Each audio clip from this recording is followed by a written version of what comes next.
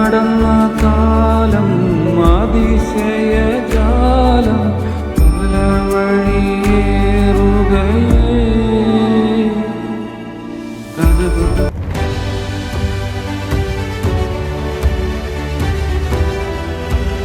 ഇതാണ് live sound card. Condenser mic connect ചെയ്യാനുള്ളത്, headset, earphone, OTG, PC, അതുപോലെ charge ചെയ്യാനുള്ളൊരു ഓപ്ഷൻ. ഇത്രയാണ് ഇതിനകത്ത് വരുന്ന connectivities.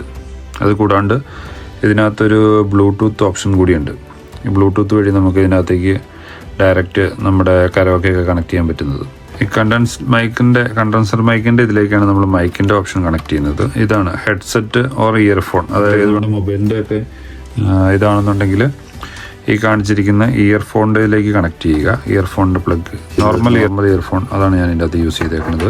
OTG or PC live എന്നുള്ളതാണ്. ഇതാണ് നമ്മൾ ഫോണിലേക്ക് റെക്കോർഡിങ്, ഇതിൽ നിന്ന് ഈ വഴിയാണ് റെക്കോർഡിങ്ങിലേക്ക് പോകുന്നത്. ഇനിയല്ല നിങ്ങൾ ലാപ്ടോപ്പാണ് ഉപയോഗിക്കാൻ ഉദ്ദേശിക്കുന്നതെങ്കിൽ ഈ സീഡ് അറ്റത്ത് നമ്മുടെ നോർമൽ ഇതുള്ളത് USB-C ഇത് വരുന്ന രീതിയിലുള്ളത് ലാപ്പിലേക്ക് കണക്ട് ചെയ്യുക. അതുപോലെ ഇതിന് സാധാ ഒരു മൊബൈൽ ചാർജർ, ചാർജറാണ് വേണ്ടത്. ചാർജർ ബ്ലൂടൂത്ത് ഓൺ ചെയ്ത് കഴിഞ്ഞാൽ ഇതുണ്ടോ F998 എന്നുള്ളത് അതിനകത്ത് കണക്ട് ചെയ്ത് കഴിഞ്ഞാൽ ഇതിനകത്ത് നമുക്ക് കരോക്കെ പ്ലേ ചെയ്താൽ നമ്മളുടെ സൗണ്ട് കാർഡിലേക്ക് ഇത് ഡയറക്റ്റ് കിട്ടും, ചെയ്യാവുന്നതാണ്. അതുപോലെ തന്നെ നമ്മുടെ ക്യാമറ ഓണാക്കി വെച്ച് നമ്മളാദ്യം PC ഓർ ഫോൺ എന്നുള്ള കണക്ടിവിറ്റി കൊടുത്തേക്കണതിൻ്റെ ഇതുവഴി നമുക്ക് ഫോണിൽ റെക്കോർഡ് ചെയ്യാം.